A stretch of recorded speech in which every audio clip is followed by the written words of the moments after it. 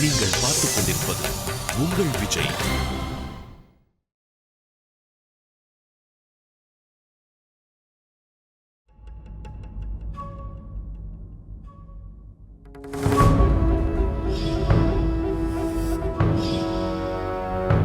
இது அதே மாதிரி ஆச்சே.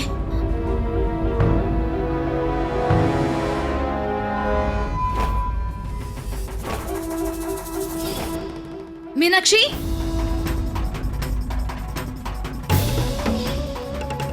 ஒருவேளை மீனாட்சி வேதராணி கிட்ட மாத்திரை வாங்கியிருப்பாளா? உடனே இதை கண்டுபிடிச்சே ஆகணும். அவர்கிட்ட போய் நான் அதை பத்தி பேசுறேன்.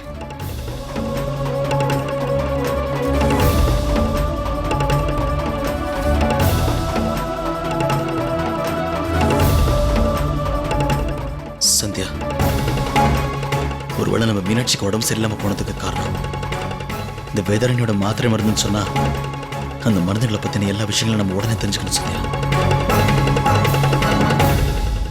நம்மளோட கடை எப்படிங்க போயிட்டு இருக்கு? உன் நிலைமை எப்படி இருக்கு பாரு. ரொம்ப பலவீனமா ஒல்லி ஆயிட்டு. ஆனா இப்பவும் நம்ம கடையை பத்தி யோசிக்கிற. வாய மூடு. ரொம்ப பலவீனமா இருக்கேனா? கொஞ்சம் என்னோட முகத்தை பார்த்து சொல்லுங்க. என்னோட அந்த சிகப்பு நிறம் என்னை விட்டு போயிடுச்சாங்க? எப்பவும் போல நான் பார்க்க அழகா இருக்கேன்ல? பதில் சொல்லுங்க. நீ இருக்கியே, எப்பவும் போல ரொம்ப அழகா இருக்க. அந்த நிலா கீழே வந்து உன்னை பார்த்தா கூட உன்னோட இந்த அழகா அது திருடிக்கிட்டு போயிரும். போய் சொல்றீங்க. முதல்ல உனக்கு சீக்கிரமா சரியாகணும். எப்ப பார்த்தாலும் வாய்க்கு வந்த மாதிரி எல்லாம் பேசிக்கிட்டு என் பின்னாடியே சுத்திக்கிட்டு திரிவல, அந்த மாதிரி திரும்ப செய்யணும். அப்பதான் என்னால நிம்மதியா இருக்க முடியும். எனக்கு கை எல்லாமே நடுங்குதுங்க. எனக்கு என்னாச்சுன்னு தெரியலங்க. அந்த சாபத்தால என்னோட உயிருக்கு ஏதாவது ஆபத்து வந்துருச்சுன்னா? வாய மூடு. உன்னை இப்படி எல்லாம் பேசணும் நான் சொன்னேன். அதுக்காக பைத்திய மாதிரி எல்லாம் பேசாத. இங்க பாரு, உயிர் போயிரும் அப்படி இப்படி நல்லா சொல்லாத. நிச்சயமா சீக்கிரமா உனக்கு சரியாயிடும்.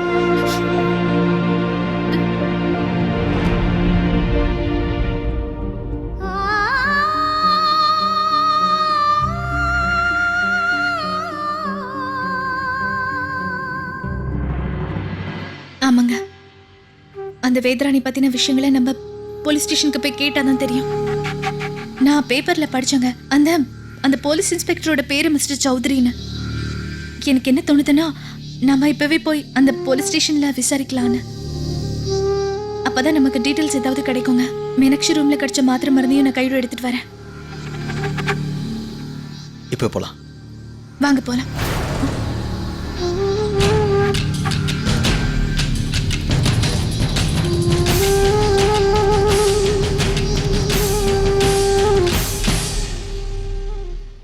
இதோட எல்லாத்தையும் நிறுத்திக்க சந்தியா. இது வரைக்கும் நீ பண்ணது எல்லாமே போதும். இதுக்கு மேல நீ எதையும் உன் இஷ்டப்படி செய்யறதுக்கு நான் விட மாட்டேன். வெக்கமால உனக்கு?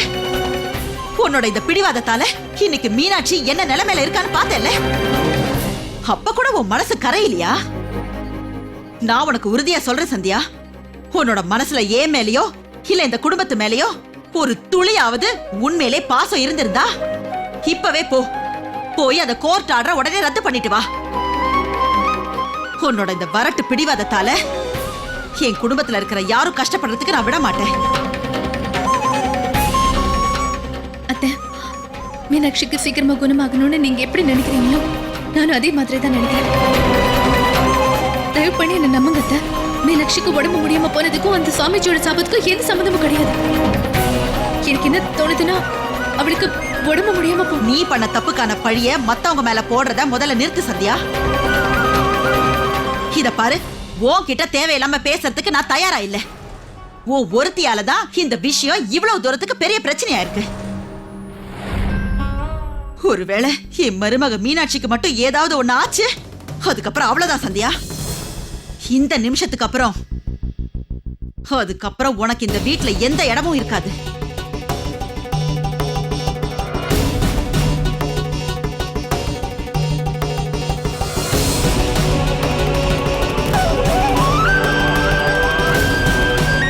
சரிங்க. இப்ப நான் உங்களுக்கு வாக்கு கொடுக்குறேன். மீனாட்சிக்கு சீக்கிரமா குணமாகணுங்கிறதுக்காக நான் என்னெல்லாம் பண்ணணுமோ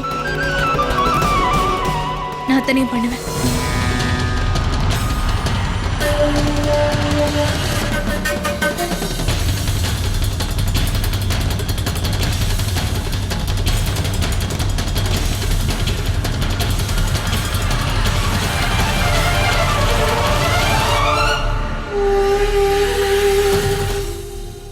வணக்கம், என்னோட பேரு சந்தியா. அந்த வேதராணியோட கேஸ பாக்குற இன்ஸ்பெக்டர் சௌத்ரி சாரை நாங்க பார்க்கணும். சார் என்கொயரி விஷயமா கொஞ்சம் வெளில போயிருக்காரு. உங்களுக்கு வேற ஏதாவது டீட்டெயில் வேணும்னா எஸ்ஐ சுதீஷ்குமார் சார்ட்ட கேட்டுக்கலாம். அவரும் இன்ஸ்பெக்டரும் சேர்ந்து தான் இந்த கேஸை பார்த்துக்கிறாங்க. அவருக்கு எல்லா விஷயமும் தெரியும். இதோ அங்க இருக்காரு, அவர் தான். வாங்க.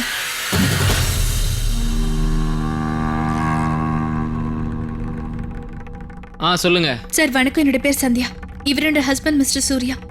சார், எனக்கு அந்த வேதராணி சம்பந்தப்பட்ட கேஸ்ல சில டீடைல்ஸ் தெரியணும். நீங்க மட்டும் எங்களுக்கு உதவி பண்ணீங்கன்னா உங்க உதவியை நாங்க என்னைக்குமே மறக்க மாட்டோம் சார். தயவு செய்து மன்னிச்சிங்க மேடம். கேஸ் சம்மந்தப்பட்ட விஷயத்த நாங்கள் யார்கிட்டையும் சொல்லிட்டு இருக்க முடியாது. இந்த கேஸ் இன்னும் என்கொயரி ஸ்டேஜில் தான் இருக்குது. கொஞ்ச நாளில் கோர்ட்டில் இதை பற்றி சார்ஜ் ஷீட் ஃபைல் பண்ண போகிறோம். சார், நீங்க என்ன சொல்ல வரீங்கன்னு எனக்கு ரொம்ப நல்லாவே புரியுது. ஆனா இப்ப எனக்கு நிச்சயமா அந்த டீடைல்ஸ் எல்லாமே தேவை சார். ரொம்ப முக்கியம். இவரோட தம்பி மனைவிக்கு ரொம்ப உடம்பு சரியில்லை சார். அவங்க இந்த வேதராணி கிட்ட மாத்திரை வாங்கிட்டு இருந்தாங்கன்னு நான் நினைக்கிறேன். எல்லாத்தையும் உறுதியை தெரிஞ்சுக்கிற வரைக்கும் எங்களால் அவளுக்கு எந்த ட்ரீட்மெண்ட்டும் பண்ண முடியாது. இது அவளோட வாழ்க்கை சம்பந்தப்பட்ட விஷயம் சார். நீங்க எனக்கு கொடுக்குற இந்த டீடைல்ஸ் வெளியே லீக் ஆகாம நான் பாத்துக்கிறேன் சார். ப்ளீஸ் தயவு பண்ணி எங்களுக்கு உதவி பண்ணுங்க சார்.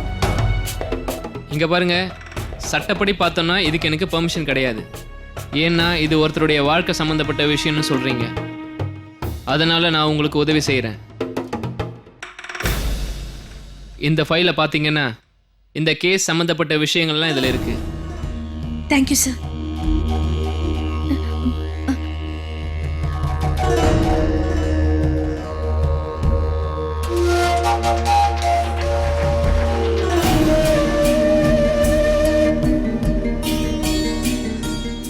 என்னங்க, அந்த வேதராணி எல்லார்கிட்டயும் எவ்வளவு பணம் வாங்கியிருக்கான்னு கூட இதுல எழுதிருக்கு. கீதா, ரம்யா, கவிதா, காமாட்சி, கலைவாணி, ஸ்ருதி,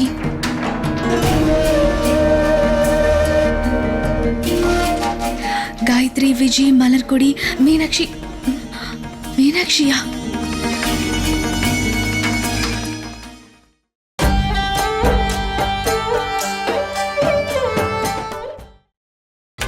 நீங்கள் பார்த்துக் கொண்டிருப்பது உங்கள் விஜய்.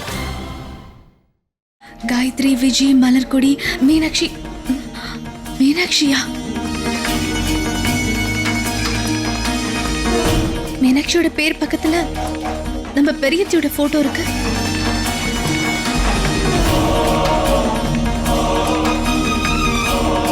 $70,000 வேற எழுதிருக்கு. அப்படின்னா நீங்க சந்தேகப்பட்டதுலாம் சரிதான் சந்தியா. ஆனா ஒரு விஷயம் மட்டும் எனக்கு புரியல. மீனாட்சியோட போட்டோக்கு பதிலாக எங்க பெரியம்மா போட்டோ எப்படி இங்க வந்தது? என்னங்க, இது அந்த டொனேஷன் கொடுத்தப்போ எடுத்த போட்டோன்னு நான் நினைக்கிறேன். மீனாட்சி தப்பிக்கிறதுக்காக பெரியம்மாவோட போட்டோவை எடுத்து கொடுத்துட்டா போல இருக்கு. அதனாலதான் கொஞ்ச நாளைக்கு முன்னாடி மீனாட்சி நம்ம வீட்டு வாசல் ஏதோ போலீஸ்காரங்க கூட நின்று பேசிட்டு இருந்தா. அவர் எதுக்காக வந்திருப்பாருன்னு இப்பதான் எனக்கு நல்லா புரியுது. அந்த வேதரணியோட கேஸை பத்தி பேசுறதுக்காக தான் அவர் நம்ம வீட்டுக்கு வந்திருப்பாரு. ஆனா சந்தியா, இந்த தொகை 70,000 ரூபாய். 70,000 ரூபாங்கிறது சாதாரண விஷயம் இல்லை. மீனாட்சியை பொறுத்த வரைக்கும் வீட்டில் இருக்க யாருக்குமே தெரியாம 70,000 ரெடி பண்ணிருக்காங்கன்னா அது சாதாரண விஷயமே இல்லை. அதுதான் எப்படின்னு எனக்கும் புரியலங்க. வேதராணி கொடுத்த மாத்திரனால தான் நிச்சயமா மீனாட்சி கூட முடியாம போயிருக்கு. சந்தியா, இன்னைக்கு காலையில மோகன் சொன்ன வார்த்தை ஞாபகம் இருக்கா? என்னோட அக்கௌண்ட்ல இருந்து 70,000 ரூபாய் பணம் காணாம போயிருக்கல.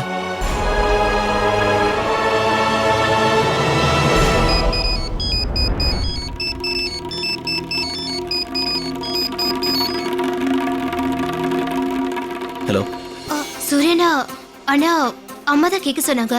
அன்னிஸ் ஜே ஆர்டரை வாபஸ் வாங்கிட்டாங்களே? இல்ல சவிதா, ஏன் என்னாச்சு? ஏன் இவ்வளவு பதட்டமா பேசுற? அங்க ஏதாவது பிரச்சனையா?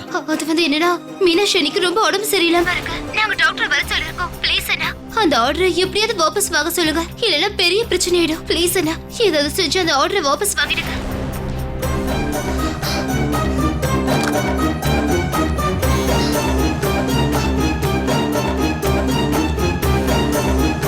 சந்தியா, மீனாட்சிக்கு உடம்பு ரொம்ப முடியாம போயிடுச்சா? நம்ம உடனே வீட்டுக்கு போயாகணும். சரிங்க, ரொம்ப நன்றி சார்.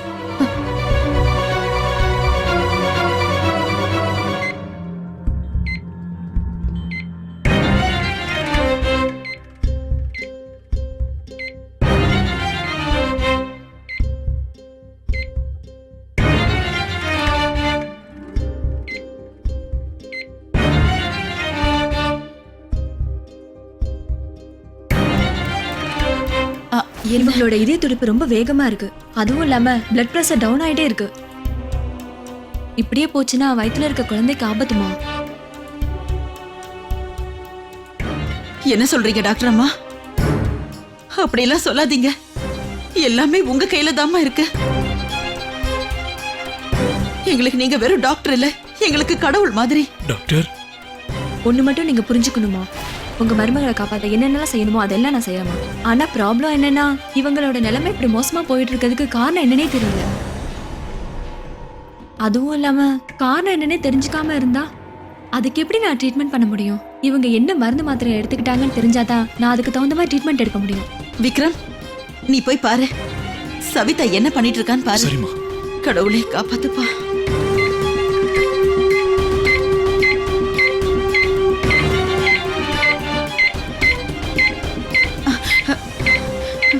மீனாட்சி,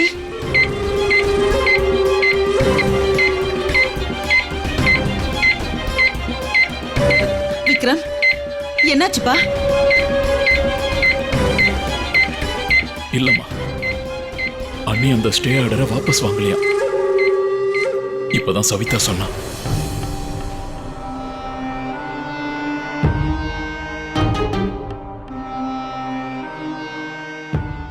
சரி பரவாயில்ல விடு.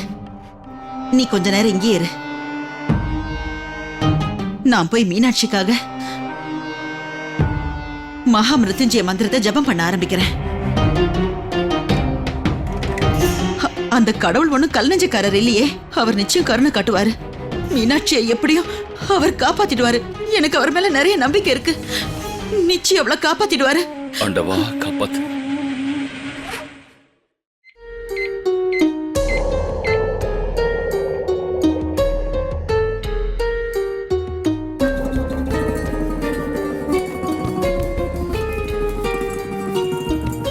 இன்ஜெக்ஷன் போட்டதுக்கு அப்புறம் கூட அந்த மெடிசன் வேலை செய்ய மாட்டேங்குது. இவங்க இதே துடிப்பு ரொம்ப வேகமா துடிச்சிட்டு இருக்கு. இப்படியே போச்சுன்னா குழந்தையோட உயிருக்கு தான் ஆபத்து. நான் ஏற்கனவே ஹாஸ்பிட்டலுக்கு கால் பண்ணிட்டேன். ஆம்புலன்ஸ் இப்ப கொஞ்ச நேரத்துல வந்துரும். இவங்களை ஹாஸ்பிட்டல்ல உடனே ஷிஃப்ட் பண்ணணும். சீக்கிரம் ஹரி அப்.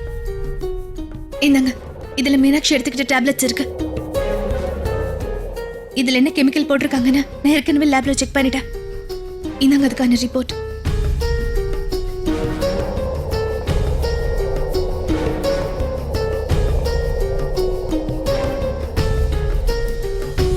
இதுவா? இந்த மாத்திரையெல்லாம் எழுதி கொடுத்தது யாரு? இந்த மெடிசின்ஸ் எல்லாமே தப்பானது. என்ன மாத்திரை மருந்து? டாக்டர், இந்த மாத்திரை மருந்தெல்லாம் எழுதி கொடுத்தவங்க டாக்டரா இருந்தா அதை பத்தி தெரிஞ்சிருக்கும். இதெல்லாம் இந்த வேதராணி கொடுத்த மாத்திரைங்க.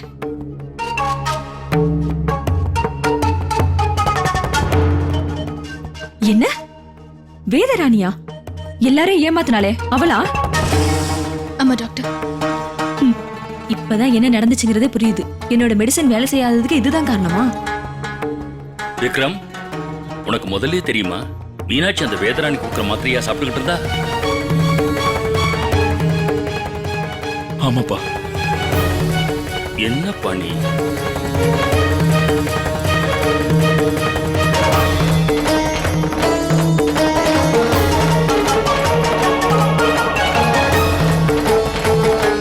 நீங்க போய் உடனே இந்த மெடிசன்ஸ்லாம் வாங்கிட்டு சரிங்க வாங்க. டாக்டர். நீங்க எல்லாருமே கொஞ்சம் வெளியே போய் நில்லுங்க ப்ளீஸ்.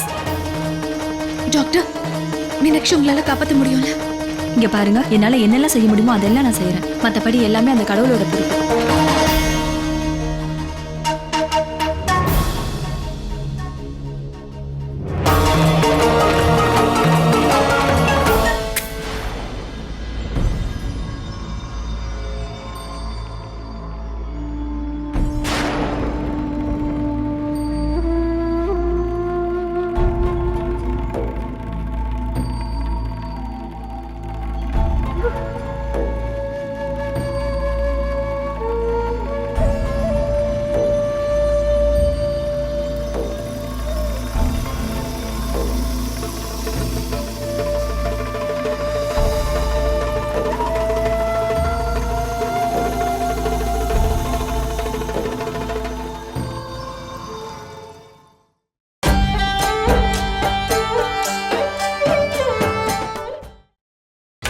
நீங்கள் பார்த்துக் கொண்டிருப்பது உங்கள் விஜய்.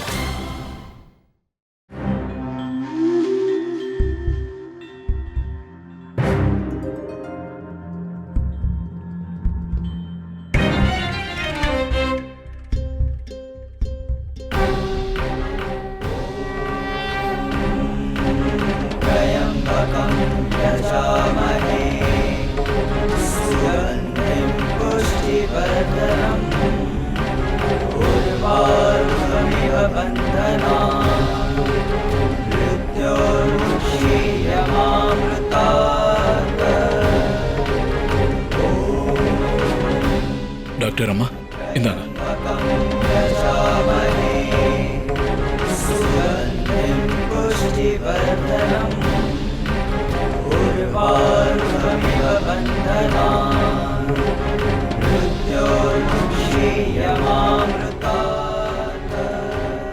ஓம் த்ரயம்பகம் யஜாமஹே சுகந்திம் புஷ்டிவர்தனம் உருவாருகுமி பந்தனா மிருத்யும் மோக்ஷீயமாம்ருதா.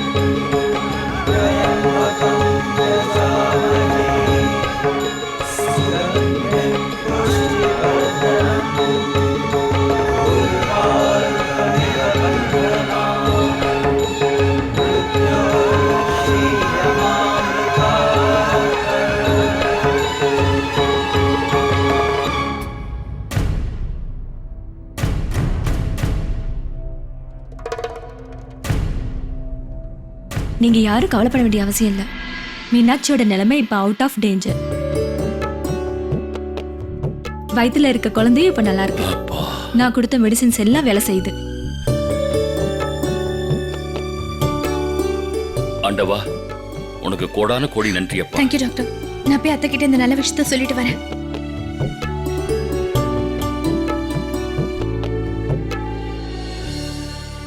அத்தை, மீனாட்சிக்கு இப்ப உடம்பு பரவாயில்லையா? இனிமே அவளுக்கும் குழந்தைக்கும் எந்த ஆபத்தும் இல்லைன்னு டாக்டர் சொல்லிட்டாங்க. ரொம்ப நன்றி ஆண்டவா. என் மருமகளையும் என் வாரிசையும் காப்பாத்திட்டீங்க. மகா மிருத்யுஞ்சய மந்திரத்தை ஜெபம் பண்ணா எப்பவுமே நல்லதுதான் நடக்கும். அந்த சாபத்தால மீனா பாதிக்கப்படாம அந்த கடவுள் காப்பாத்திட்டாங்க. ரொம்ப நன்றிப்பா. நான் சொல்றேன், தப்பா நினைச்சுக்காதீங்கம்மா. ஆனா நீங்க தப்பா புரிஞ்சிட்டு இருக்கீங்க. உங்க மருமக மீனாட்சிக்கு உடம்பு சரியில்லாம போனதுக்கு காரணம் சாபத்தால இல்ல, மீனாட்சி வேதராணி கொடுத்த மாத்திரை மருந்து சாப்பிட்டதுனாலதான் உடம்பு சரியில்லாம போச்சுமா.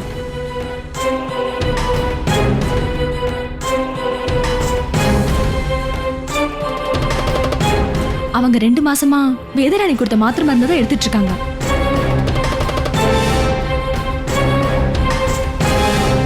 பட் இப்ப கொஞ்ச நாளா அதிகமான டேப்லெட்ஸ் எடுத்திருப்பாங்கன்னு நினைக்கிறேன். அதனாலதான் இப்படியெல்லாம் ஆயிருக்கு. என் மருமக மீனாட்சி அந்த வேதராணி கொடுத்த மருந்தை சாப்பிட்டாளா? இத உங்ககிட்ட சொன்னது யாரு?